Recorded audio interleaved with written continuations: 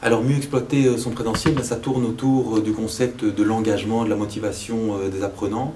Donc si je devais isoler trois idées clés, j'isolerais peut-être des outils.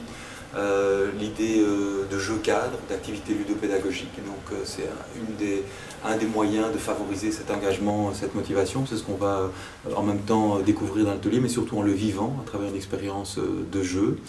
L'idée aussi que de plus en plus, donc deuxième idée, c'est que de plus en plus d'activités qu'on appelle donc digital learning, maintenant entrent dans la classe. Donc on peut dire déjà au-delà du PowerPoint, mais on peut commencer à utiliser des systèmes de vote interactifs, on peut utiliser des outils qui ont été créés pour être consommés en ligne, qui sont maintenant consommés dans des classes. Donc c'est quelque part cette notion de digital learning, au-delà du e-learning, où on a l'outil informatique qui rentre maintenant dans la classe et dont le formateur doit maintenant quelque part devenir l'auteur, devenir s'approprier ces outils et en trouver vraiment la valeur ajoutée, toujours pour favoriser l'engagement et la motivation.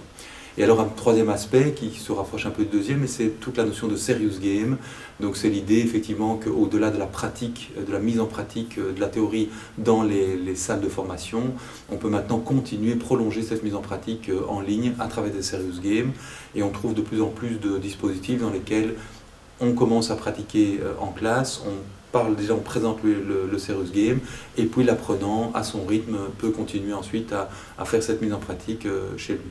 De nouveau, pour moi, une tendance lourde, c'est de se rendre compte que l'aspect ludique envahit de plus en plus les salles de formation et que le mode de transmission ex cathedra transmissif où on a le sachant qui va donner son cours à des personnes ignorantes, petit à petit disparaît.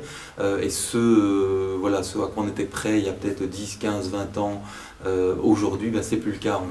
On est face à des apprenants qui sont de plus en plus connectés, de plus en plus mobiles, nomades, qui consomment aussi bien les biens de consommation que les biens culturels, que les biens du savoir, de manière zapper, de manière fragmentée.